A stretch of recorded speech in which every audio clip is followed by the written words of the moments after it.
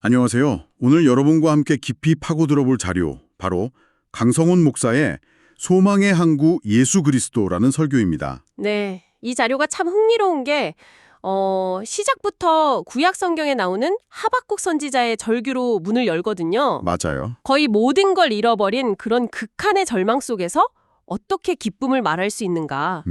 이건 사실 우리 모두가 뭐랄까 삶에서 한 번쯤은 던져보는 그런 질문이잖아요. 딱 끝났다 싶은 바로 그 순간에요. 그래서 오늘 저희의 미션은 명확합니다. 이 설교가 말하는 인생의 겨울이라는 게 대체 뭔지, 네, 그리고 그 상황에서 우리 몸과 마음이 어떻게 반응하는지를 좀 들여다보고요. 현대 심리학을 통해서요. 맞습니다. 그리고 마지막으로 이 모든 절망을 뒤집는다는 그 소망의 항구라는 개념, 이게 대체 무엇인지 그 의미를 제대로 한번 캐내보는 겁니다. 좋습니다. 그럼 그 절망의 한복판으로 바로 한번 들어가 보죠. 자, 설교는 인생의 겨울이라는 말로 시작을 해요. 네, 길이 꽉 막히고 마음은 꽁꽁 얼어붙고 어떤 희망도 안 보이는 그런 순간. 바로 그렇죠. 그러면서 이제 하박국 선지자의 고백을 인용하는데 이게 와 정말 보통 고통이 아닙니다. 내가 들었으므로 내 창자가 흔들렸고 썩는 것이 내 뼈에 들어왔으며 내 몸은 내 처소에서 떨리는도다. 이건 그냥 힘들다 정도가 아니네요. 그렇죠. 창자가 흔들린다, 뼈가 썩어 들어간다. 이건 뭐랄까 문자 그대로 온몸이 무너져 내리는 듯한 극심한 공포와 고통을 의미하거든요. 이건 거의 신체적인 붕괴에 가까운 묘사 같아요. 맞습니다. 단순한 감정의 문제가 아닌 거죠. 아니 대체 무슨 일이 있었길래 사람이 이런 지경까지 가는 걸까요? 그게 바로 이 이야기의 핵심 중 하나입니다. 설교에 따르면 하박국이 활동하던 시기가 기원전 600년경이었어요. 기원전 600년경이요? 네, 남유다 왕국이 바벨론 제국에 의해 멸망하기 바로 직전. 이건 개인의 불행을 아득히 뛰어넘는 차원의 재앙이네요. 바로 그겁니다. 나 혼자 겪는 우울함이나 실패가 아니라 내가 발딛고선 이 세상 전체가 무너지는 경험이었던 거죠. 그렇군요. 국가가 망하고 경제는 파탄나고. 네, 설교에서 인용된 구절들 있잖아요. 무화과 나무가 무성하지 못하며 포도나무에 열매가 없으며 이런 것들이 당시 사람들에게는 주식이었거든요. 먹을 게 없다는 거네요, 그냥. 먹을 게 없고 재산도 다 빼앗기고 언제 포로로 끌려가거나 죽을지 모른다는 공포까지. 그야말로 총체적인 절망 상태였습니다. 잠깐만요. 그럼 여기서 흐름이 완전히 바뀌네요. 방금 전까지 자기 뼈가 썩는 고통을 말하던 사람이 바로 이어서 이렇게 선언을 해요. 네, 그 유명한 구절이죠. 비록 외양간에 소가 없을지라도 나는 여호와로 말미암아 즐거워하며 기뻐하리로다. 아니 이게 감정적으로 가능한가요?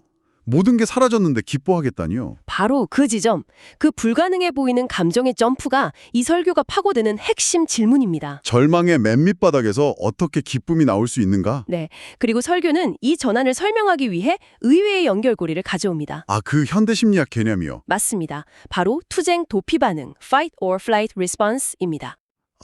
저 그거 알 것 같아요. 저도 중요한 마감에 쫓기거나 스트레스를 극심하게 받으면 주변의 작은 소리에도 엄청 예민해지고 심장이 막 뛰거든요. 정확합니다. 그게 바로 몸이 싸울 준비, 즉 투쟁 반응을 하는 거죠. 아드레날린이 막 분비되면서요. 네네. 반대로 도피 반응도 있어요. 이건 위험에서 어떻게든 벗어나려는 본능. 도망치려는 거요? 네. 심장 박동 빨라지고 근육으로 피가 몰려서 당장이라도 뛸 수 있게 만드는 거죠. 설교에 따르면 이때 소화 기능 같은 건 멈춘대요. 생존에 불필요하니까. 듣고 보니 하박국이 창자가 흔들리고 몸이 떨린다고 했던 게 이 투쟁 도피 반응의 극단적인 형태처럼 들리기도 하네요. 아주 예리한 지적이세요. 설교는 바로 그 점을 이야기합니다. 하박국의 신체적 고통은 재앙에 대한 극심한 스트레스 반응이라는 거죠. 그리고 이 본능적인 반응의 근원에는 결국 안전한 곳으로 피하고 싶다는 갈망이 깔려 있다는 겁니다. 결국 우리는 안전한 도피처를 찾고 있다는 거군요. 그런데 설교는 진짜 문제가 환란 자체가 아니라고 하더라고요. 그렇죠. 그 환란을 이겨낼 힘이 우리에게 없다는 점. 그게 진짜 문제라고 지적하죠. 비바람은 몰아치는데 우산도 집도 없이 그냥 맨몸으로 서 있는 상태 같다고. 맞습니다. 투쟁 도피 반응은 임시방편이니까요. 자, 여기서 설교는 한 걸음 더 깊이 들어갑니다. 그렇다면 인간은 왜 이렇게 연약하고 무방비한 상태에 놓이게 되었는가? 그 근본적인 원인을 파고들기 시작해요. 그게 창세기의 선악과 이야기로 연결되는 지점이죠? 네, 그런데 이걸 단순히 금지된 과일을 먹어서 벌 받았다? 이런 식으로 단순하게 설명하지 않아요. 그럼 어떻게 설명하나요? 관계의 간절이라는 개념으로 접근합니다. 관계의 단절이요? 네.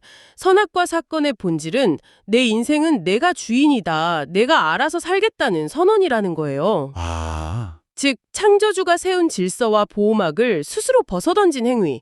이걸 설교에서는 질서의 붕괴라고 표현하죠. 그러니까 어떤 잘못에 대한 벌이라기보다는 안전한 울타리를 스스로 박차고 나간 결과로 비바람을 맞게 되었다. 이런 구조적 설명에 가깝군요. 바로 그겁니다. 그래서 이 구조 안에서는 인간의 고통이 예외적인 사건이 아니라 오히려 기본적인 상태, 뭐랄까 디폴트 값이 되어버렸다는 진단이 나오는 거죠. 그렇기 때문에 우리 힘만으로는 안 되고 반드시 외부로부터의 구원자가 필요하다. 이런 결론으로 이어지겠네요? 정확합니다. 그렇군요. 문제의 진단이 그렇게 내려졌다면 이제 해결책으로 넘어가야죠. 하박국은 그 절망 속에서 대체 뭘 발견한 걸까요? 자, 드디어 설교의 가장 핵심적인 주장으로 들어왔습니다. 네. 하박국이 그 뼈가 썩는 듯한 고통 속에서도 기도를 멈추지 않았을 때 그는 시공간을 초월해서 미래에 오실 바로 그 구원자, 즉 예수 그리스도. 네, 그분을 미리 보았다는 겁니다. 그것이 그 불가능해 보였던 기쁨의 원천이었다는 해석이죠. 미래의 구원자를 미리 보았다. 여기서 바로 그 항구라는 비유가 등장하죠. 맞습니다. 상상해 보세요. 집채 많은 파도가 몰아치는 폭풍우 속에 작은 배 한 척이 떠 있어요. 네. 그 배가 뒤집히지 않고 버틸 수 있는 유일한 희망은 항구에 내려진 튼튼한 밧줄에 연결되어 있는 거죠. 아, 설교는 예수 그리스도가 바로 그 소망의 항구가 된다고 말합니다. 인생이라는 바다에서 어떤 풍랑이 와도 우리를 단단히 붙잡아주는 존재라는 거죠. 이미지가 아주 선명하네요. 배는 여전히 폭풍울 한가운데 있지만 항구시 연결되어 있기 때문에 안전하다. 그렇습니다. 그리고 그 항구는 저 멀리서 우리를 지켜보기만 하는 존재가 아니라고 설교는 강조해요. 그런 게 아니군요. 네, 오히려 예수님은 우리의 고통 속으로 직접 들어오신 분이라는 거죠. 우리가 겪는 모든 저주와 상처를 대신 짊어지셨다고요. 이 지점에서 기쁨의 주소지 이전이라는 표현이 나오더라고요. 이게 참 인상 깊었어요. 네, 그렇죠. 설교에서 냉장고가 텅 비었을 때 땅의 소망은 쉽게 사라진다는 비유를 들잖아요. 맞아요. 우리의 기쁨이라는 게 보통은 통장 잔고나 건강 같은 외적인 조건에 주소를 두고 있죠. 그런데 그런 것들은 하박국의 무화과 나무처럼 언제든 사라질 수 있거든요. 그렇죠. 상황이 나빠지면 기쁨도 같이 사라지고요. 그런데 하박국은 그 모든 것이 사라진 폐허 위에서 기뻐하겠다고 선언합니다. 이건 그의 기쁨이 더 이상 눈에 보이는 것에 주소를 두고 있지 않다는 증거라는 거죠. 기쁨의 주소지가 변하는 상황에서 변하지 않는 소망의 항구 그 자체로 완전히 이전되었다. 바로 그겁니다.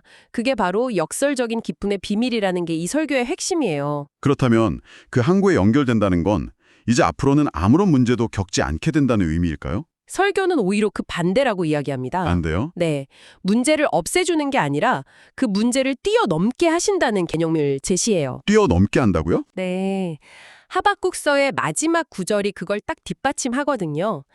주 여호와는 나의 힘이시라 나의 발을 사슴과 같게 하사 나를 나의 높은 곳으로 다니게 하시리로다. 사슴. 사슴을 떠올려 보세요. 험준한 산악지형이나 절벽을 아슬아슬하게 하지만 놀랍도록 가볍게 뛰어다니잖아요.